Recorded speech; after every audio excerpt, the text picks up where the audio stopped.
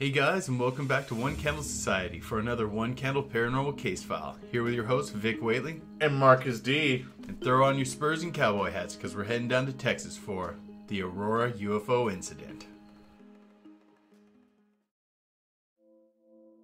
On the morning of April 15th, 1897, the townsfolk of Aurora, Texas were awoken by a startling sound.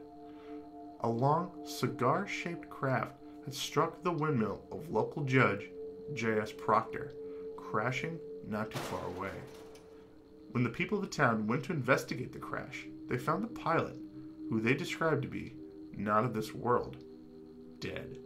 Since they couldn't just leave the body in the wreckage where it was, the townspeople decided to act. They allegedly buried the alien with full Christian rites in the local cemetery.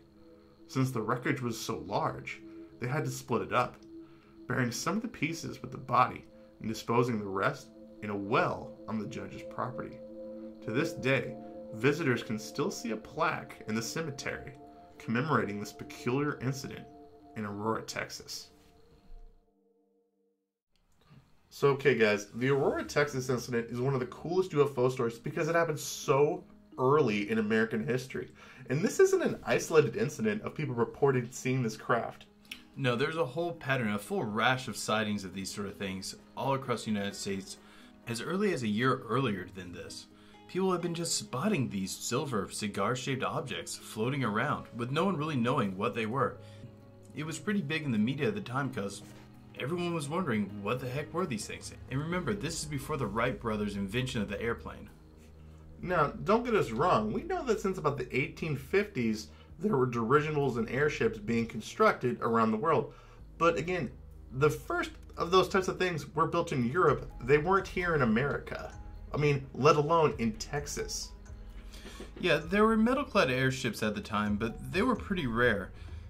One had been produced before the Aurora incident, but it pretty much just inflated and collapsed. And the very year of the Aurora incident, there was a flight of one, but it was in Germany, and it never had a second one because upon landing it collapsed. There were designs for ships like this that predated this time, but nothing that was practical and certainly nothing in the US. Some people claim that Aurora, Texas had hoaxed this for their own gain, and you know what? There's some motive to it. The town of Aurora, Texas had fallen on very hard times at this point.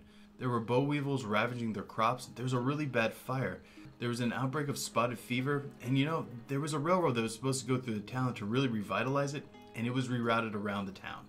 So as this town was on the verge of dying after all of these bad things, so the town probably had to do something to survive. And that's why a lot of people think that it was hoaxed by the writer of the article, the S.E. Hayden, I believe was his name.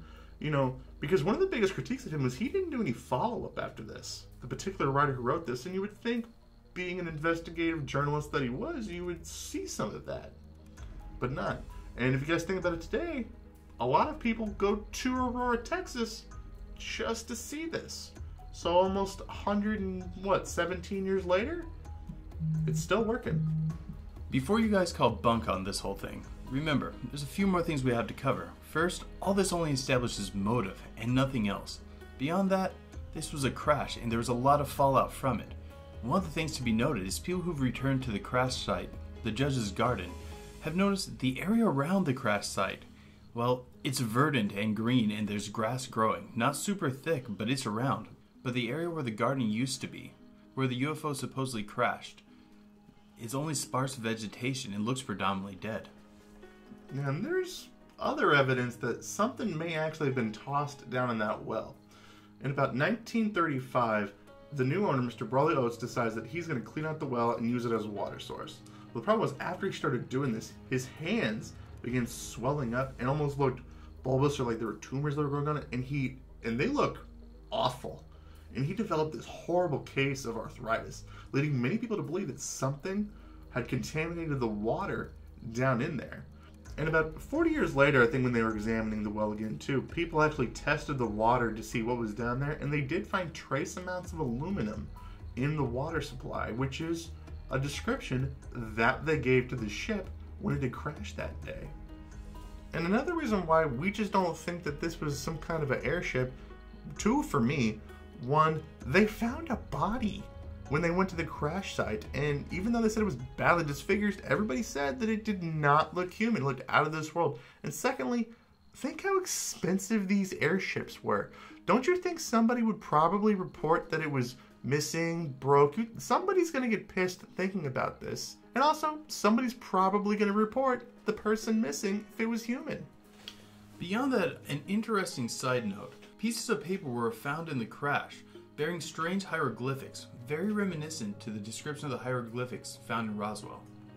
But I think one of the coolest things to talk about in the story of the Aurora UFO incident is the alien grave that up until the 1970s you could go and visit. It was really cool. You could actually go down to the Aurora, Texas cemetery that it was at, and there was this large rock where there was a picture of this like cigar-shaped UFO thing that supposedly this alien was buried under.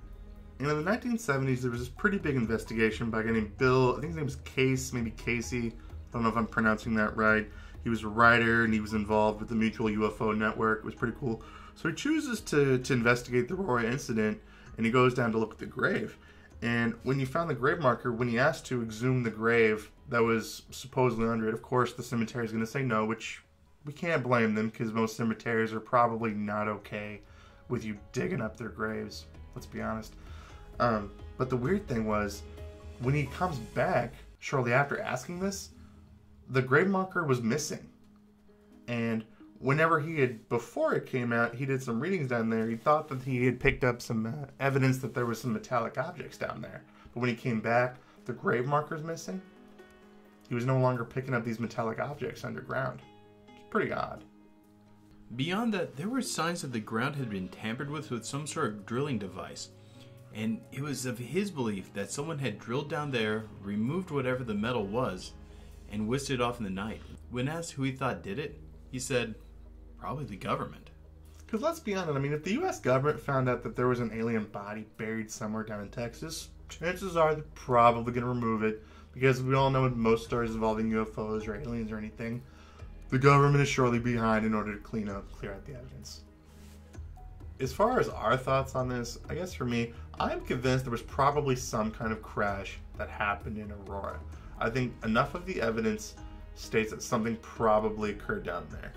We all know that there was sightings of some sort of like cigar-shaped object flying around. I mean, humanity itself has had cigar-shaped objects somewhere. Okay? Aluminum is not a naturally occurring metal. It's man-made. Okay? And there was already tests in the water to find that there was aluminum, and people had assumed that's what they thought that the object was made out of. And they found a body that was there. To me, there was some kind of crash. Now, was it UFO-based? I don't know, because over 100 years later, probably any of the evidence is probably gone. I'm with you with I believe there definitely was a crash. I think either one of two things happened. Either A, the U.S. government was experimenting with trying to make these large metal airships. And, well, as it goes with experiments, something went wrong. And we can look at a lot of the flights in Europe and see that that was really common. Many of them would either try to inflate it and they'd immediately break, or they'd crash shortly after or on landing. The other possibility, it didn't seem like something from our world because, well, it wasn't. We have signs that there may have been some sort of contamination with the garden not growing and with the new owner's hands with the extreme and sudden arthritis. There are some things that seem very hinky, but I'm not ready to go purely to the UFO thing right away. Maybe, but not definitely. What's your guys' thoughts? Leave them in the comments below.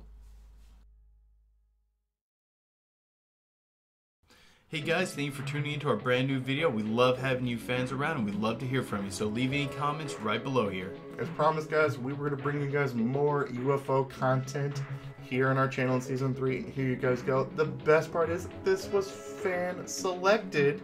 So if there's ever a video you guys want to see us do, you listen to our fans, put it in the comments below. We're still mapping out the rest of Season 3.